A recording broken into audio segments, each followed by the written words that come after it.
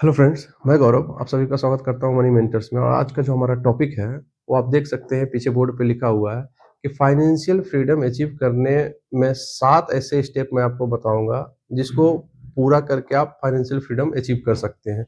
अब ये 7 ऐसी स्टेप्स क्या क्या क्या है, ये मैं आपको विस्तार से इसके बारे में बताऊंगा और उम्मीद करता हूँ आप इसको फॉलो भी करेंगे और फाइनेंशियल फ्रीडम भी अचीव करेंगे। जैसे खर्चे नोट करना है। खर्चे इन द सेंस कि जो भी आप खर्च कर रहे हो, चाहे वो 2 रुपया हो या 200 हो या 2 लाख रुपए हो, उसको आपको नोट करना है। इससे क्या है कि आपको मंथली बजट बनाने में आसानी होगी कि आपका खर्चे कितने हैं। और अगर आप जॉब में हैं तो आपका इनकम तो आसानी से पता चल जाएगा कि आपका इनकम कितना है। एक्स्ट्रा खर्चे करने बंद करो। इन द सेंस कि आपको कपड़े की ज़रूरत नहीं है। आप दोस्त के साथ मॉल गए दोस्त को कपड़ा लेवाने के लिए, लेकिन वहाँ जाने के बाद आप खुद भी शॉपिंग करने लगे, तो ये हो गया आपका एक्स्ट्रा खर्चा। इसको बंद करना है। अपने आप में न्यू स्किल डेवलप कीजिए।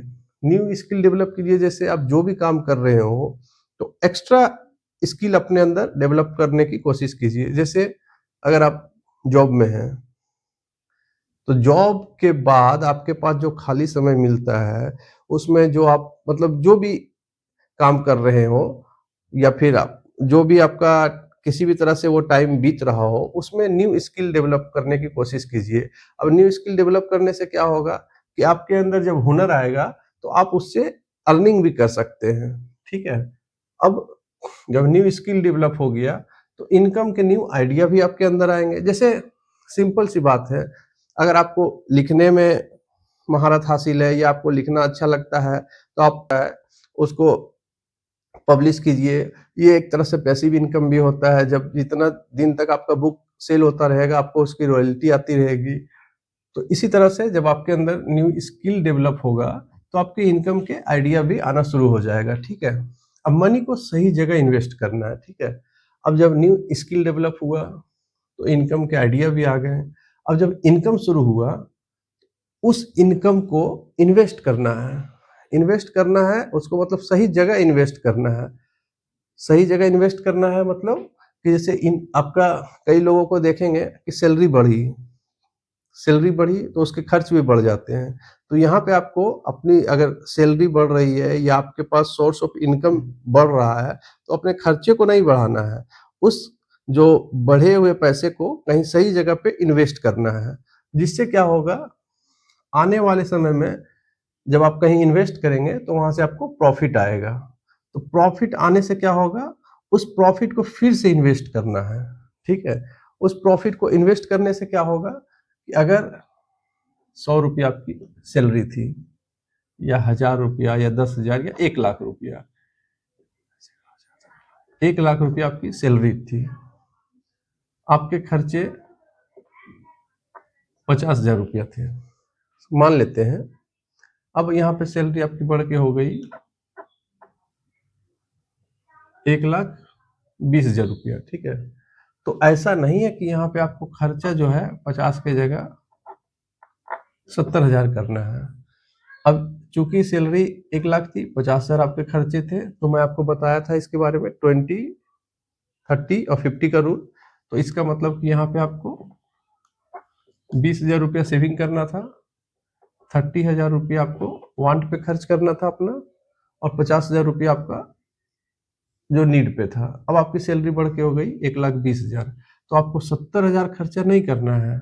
यहाँ से 20,000 रुपया अगर बढ़ा तो कोशिश कीजिए कि ये पूरा का पूरा 20,000 रुपया आप, क्योंकि आपकी 50,000 रुपया में तो चल ही रही थी लाइफ ना, तो कोशिश कीजिए कि ये 20,000 रुपया पूरा का पूरा कहीं पे हम इन्वेस्ट करें। अब इन्वेस्ट करने से क्या होगा कि अगर आपने 1 साल इन्वेस्ट किया तो 2,40,000 रुपया आपको प्रॉफिट हो गया। प्रॉफिट इन द सेंस कि आपका कॉर्पस बन गया। ठीक है। अब अगर कहीं पे आप ये 2,40,000 रुपया रखे हैं तो इसका अगर आपको 10% भी मिलता है तो 24,000 रुपया आपको एक्स्ट्रा हो गया। ठीक है। यही मैं यहाँ बोल रहा हूँ, आने वाला प्रॉफिट। जैसे ये आने वाला प्रॉफिट है। ठीक है। इसको फिर से इन्वेस्ट कर दीजिए। मतलब ये जैसे अगर 2,40,000 रुपया था दो, और इसमें 24,000 को फिर से इन्वेस्ट कर दीजिए, मतलब इसी में जोड़ देंगे तो ये कितना हो जाएगा हमारा, 2,64,000 हो जाएगा। अब अगर नेक्स्ट टाइम जब हमें 10% मिलेगा तो 2,64,000 पे मिलेगा, यानी कि 26,400 रुपया मिलेगा। तो इस तरह से जो 24,000 रुपया मिल रहा था, 26,400, फिर नेक्स्ट ईयर थोड़ा बढ़ेगा, फिर नेक्स्ट ईयर थोड़ा बढ़ेगा। इस तरह बढ़ते बढ़ते देखिएगा एक समय ऐसा आ जाएगा जब आपकी जो सैलरी है वो इसको बीट कर जाएगा। तो इस तरह से पैसिव इनकम से अपने लाइफ को एंजॉय कीजिए। पैसिव इनकम क्या है, यही मैं आपको यहाँ बता रहा था, जिसमें आप डायरेक्ट इन्वॉल्व ना हो, मतलब पैसे आपके लिए काम कर रहे हो, ना कि आप पैसे के लिए काम कर रहे हो। तो अब जैसे धीरे धीरे ये बढ़ता जाएगा, अगर इधर भी आपका सैलरी बढ़ रहा है, 1,20 है, बढ़ के 1,50 हो गया, तो यहाँ पे ऐसा नहीं बोल रहा हूँ कि 50,000 में ही चलता रहेगा। 1,50 हो गया तो यहाँ पे आप 70,000 खर्चा कीजिए, मतलब 20,000 रुपया। 1,20 के बाद 30,000 और बढ़ा तो 1,50 हुआ ना। तो 20,000 रुपया बढ़ाइए, 10,000 रुपये इसमें और इन्वेस्ट कर दीजिए। क्या होगा, ये एक साल में फिर 3,60,000 रुपया जमा हो जाएगा। और इधर भी आपका बढ़ रहा है, इस तरह से जब 5 लाख रुपया हो जाएगा तो 10% 50,000 मिलेगा, 10 लाख हो जाएगा तो आपको 10% 1,00,000 रुपया मिलेगा।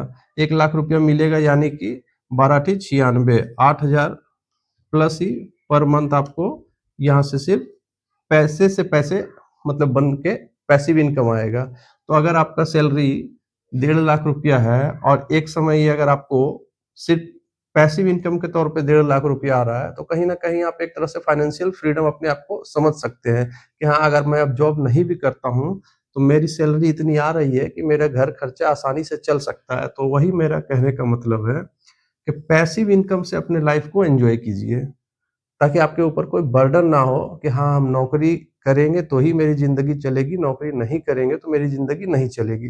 तो कोशिश करेंगे कि ये आप 7 स्टेप को मैं आपको अच्छे से समझा सका और आप इसको फ़ॉलो करके अपने लाइफ में कैसे फाइनेंशियल फ्रीडम अचीव करेंगे। धन्यवाद।